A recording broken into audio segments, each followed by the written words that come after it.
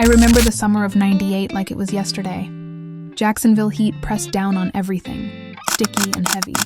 And the streets smelled like fried chicken, car exhaust, and the sweet aftertaste of day-old snow cones melting on cracked sidewalks. Hip-hop blasted from every corner store, every busted car stereo, every boombox somebody had lugged to the park. The air was thick with bass lines that rattled the windows, and the kind of energy only a city like Duval could hold. Loud, raw, unapologetic. I was 16, on the edge of everything I didn't yet understand. My hair was in braids, tight and perfect, and my favorite hoop earrings swung when I laughed too loud. I carried myself like I was older than I was, but only just. My mom worked 2 jobs and my pops, well, he wasn't really around. So I grew up fast whether I wanted to or not. Like I was living on the edge of something I couldn't name. And that's when I met him, Olujimi. The first time I saw him, he was leaning against the chain link fence at the park by my block. Sun bouncing off the gold on his neck. Timberlands laced tight and this presence that made people look twice, even in Jacksonville. He was 10 years older and I knew that immediately, but I didn't care. Something about him pulled at me like gravity, like he had a part of the world inside him I couldn't reach anywhere else. I didn't even know what I expected when I walked over. Probably to get ignored or laughed at, like all the other kids did when they tried to talk to grown people in the park. But he looked at me, eyes dark and sharp, and smiled just slightly. Not enough to be fake, not enough to be charming, just knowing. "Hey," he said. His voice wasn't loud, but it cut through the noise around us. Hey," I replied, trying not to sound like a dumb kid, though I probably sounded exactly like one. "Name's Olujimi," he said, reaching his hand out. I shook it, feeling the solid weight of it, a grown man's grip, firm but careful. "I'm Michelle," I said. I didn't add my last name, didn't need to, didn't think he needed to know. From that moment, something shifted.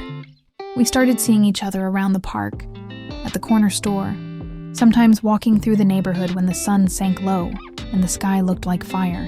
He wasn't like the other grown men in my life, the ones who just wanted attention or to make themselves feel important.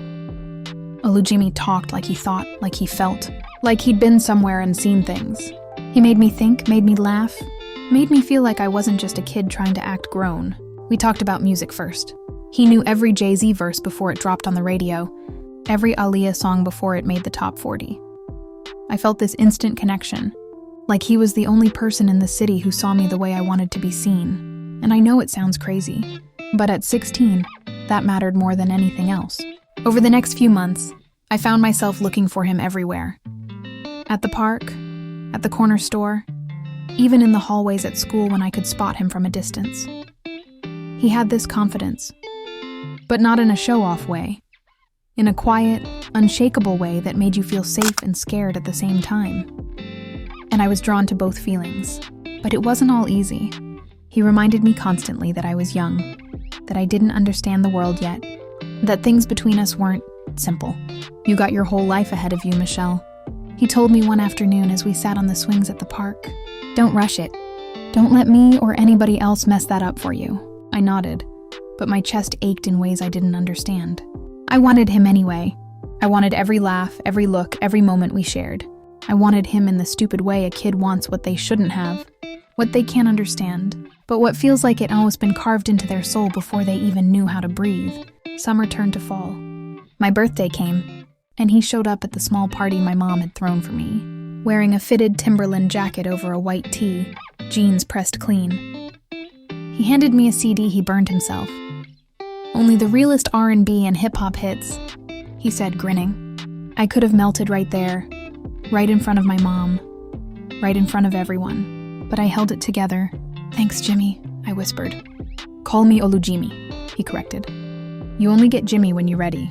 I laughed because of course he'd make me work for it.